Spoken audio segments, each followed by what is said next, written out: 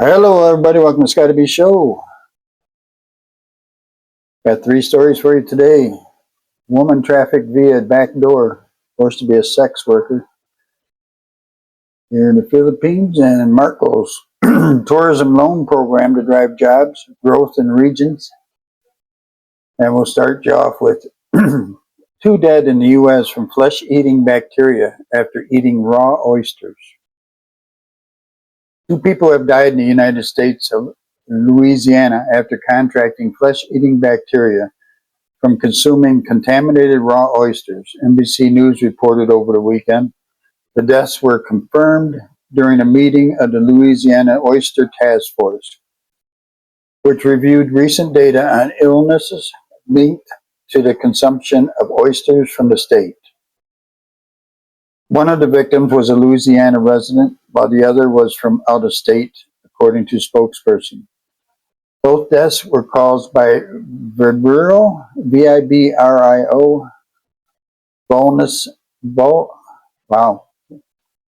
Volnificus, a bacterium naturally found in warm coastal waters, which is more prevalent during the warmer months from May to October.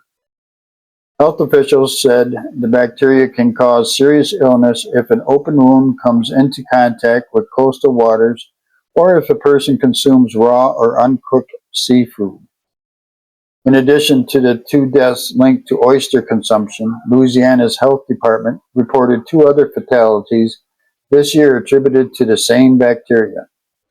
The state has seen a notable rise in these cases and deaths this year, with 22 reported hospitalizations so far.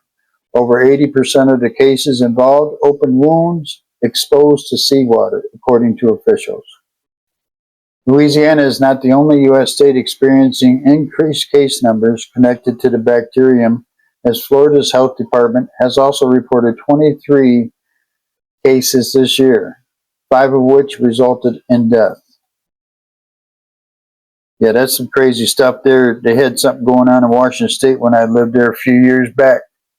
The same thing was going on, and a friend of mine's dog died because he used to go swimming in that lake. All right, second story is Marcos tourism loan program to drive jobs growth in regions.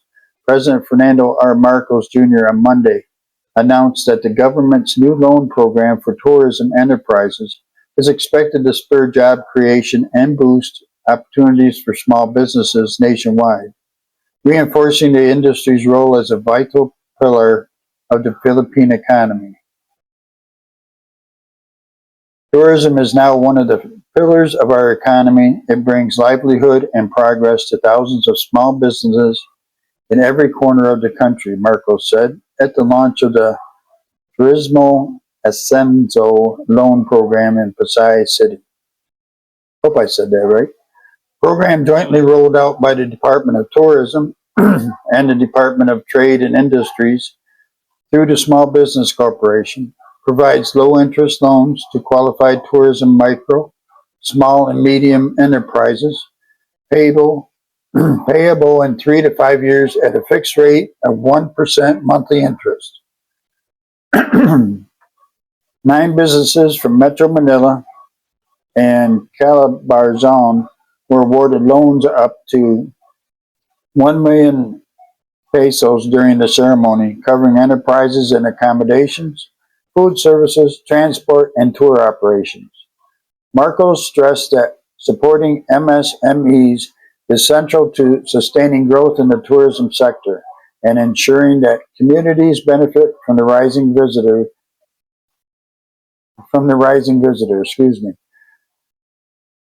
The goal of this program is to make capital more accessible for MSMEs in tourism, he said. He also pointed to the global shift towards experimental tourism, saying Filipino hospitality remains the country's edge in attracting visitors.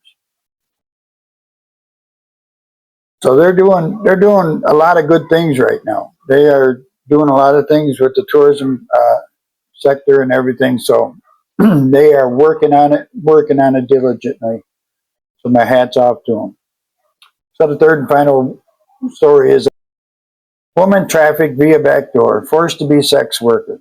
The Bureau of Immigration reported the repatriation of a female trafficking victim who arrived from Malaysia last August 26, underscoring the government's intensified campaign against human trafficking in line with President Fernando R. Marcos Jr.'s directive to strengthen border protection and safeguard overseas Filipinos.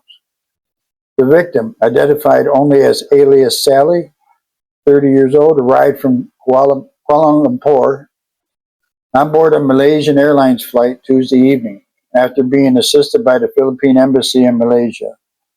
She admitted that she illegally departed via an irregular migration corridor, more commonly known as backdoor. Alias Sally said that she left last May 29th via uh, Tawi, Tawi, Tawi, after being offered a job as a waitress in Malaysia. She claimed that unexpectedly she was transported with two other women via boat to Kota Kinabalu, despite being promised to leave the country by plane. She added that when they arrived in Kota Kinabalu, an individual picked them up and she was transported to meet a Chinese employer. She was then forced to work in a prostitution hub with her travel documents confiscated. The victim was not given salary or food allowance, and her employees said that she owed them 200,000 pesos for the cost of her recruitment. This is a clear case of debt bondage, wherein the victim is tied to their trafficker because of made up or trumped up debt, said the Commissioner Joel Anthony Viado, Viado. Let this serve as a warning to syndicates and illegal recruiters. The Philippine government will not stop until every trafficker exploiting our people is held accountable. We will continue to protect our borders and defend the dignity of Filipinos, wherever they may be. She was later able to seek help from the Philippine Embassy, who assisted her return to the Philippines. So I'm glad she is back home to the Philippines, and I know it's going to be a long road ahead of her to get herself back to where she needs to be. So God bless her. We'll pray for her, and hopefully she can get back to living life normally again. Hope you enjoyed the stories. God bless y'all. Have a great day, great night, whatever the case may be. We'll see you next time on the Scotty B Show.